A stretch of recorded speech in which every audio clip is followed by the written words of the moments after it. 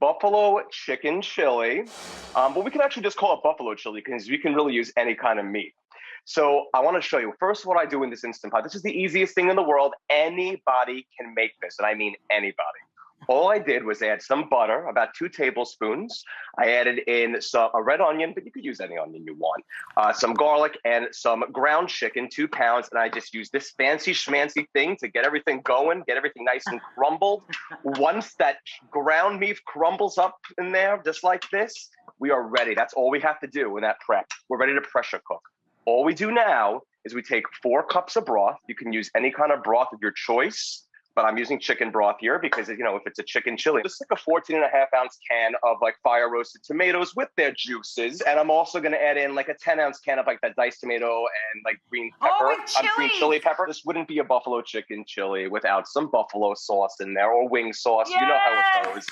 I'm adding in 1/2 cup. Use your favorite kind. Then now I add in 1 packet of ranch dip seasoning. Put that in there. And now you're going to add in 1 teaspoon each of celery salt. And also we're going to add in a teaspoon as well of like a Louisiana seasoning or a Cajun seasoning type of thing. And a teaspoon of dried cilantro. But some people are like anti-cilantro, so you don't have to add it if you don't want it. Now we're going to add in some frozen corn kernels. All right, about 10 ounces or so. That's fine.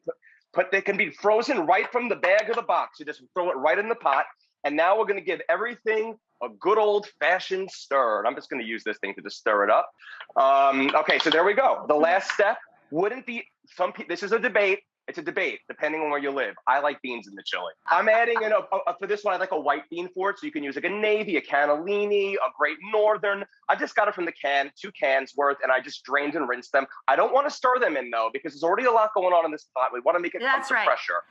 So I'm just laying it on the top. So I'm going to put the lid on top, secure it, simply pressure cook it now. Get off of my saute mode, hit the pressure cook function, and I want to pressure cook this for just, Rachel, 5 minutes. That's it. 5 minutes.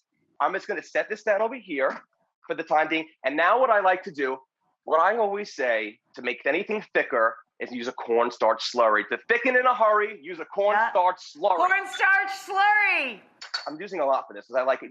You can use less if you want. 1/4 cup of cornstarch and you use equal parts to make that slurry. Cornstarch and water. So 1/4 cup of cornstarch, 1/4 cup of water. Add it to that, and then I'm just going to mix it around in there. So let's fast forward some time, the magic of television. We have another Instant Pot here, and it's already done. Everything we've done, I've released the pressure. It came out and just steamed out, and I've taken my lid off. So right now, the Instant Pot is bubbling. We want to bring it to saute because now we want to thicken it with that slurry. All I want to do is while the pot is bubbling, pour in that slurry and stir, and you're going to see it's magic. It becomes thicker very, very, very quickly. Final steps, we got to add some dairy. We got to add in 2 cups of a shredded cheddar, any cheese you like. Woo! I'm going to add in a 1/2 brick or 4 ounces of a cream cheese. Add like one of those fancy herb cheeses, those French ones, you can get on the charcuterie board. Boursin, yes. I love Boursin. And now I'm just going to stir all this in. And you'll see that all the cheeses are going to melt very, very, very quickly. So I'm just going to ladle some of this amazingness inside of the bowl. I'm going to just garnish it with some blue cheese crumbles if you want. You could use feta cheese. You can use whatever you want. Wow. You can use anything, yeah. And some crackers if you want, like the little, the oyster kinds or whatever kind you get. And now let me just give this a try. Broken up tortilla chips. It's amazing. You can take this chili and you can turn it into a dip. Speaking of dips, all you got to do for that is just add more cheese because really at this point, who cares? Let's go crazy. Let's just go nuts. Wow. Just add more cheese. It'll thicken it up even more, and you can just keep going, keep stirring it up, and then from there...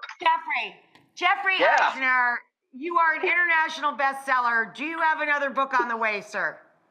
I do, Mike. We're talking about comfort food. My next book is all comfort food. It's called Simple Comforts, Step-by-Step Instant Pot Cookbook.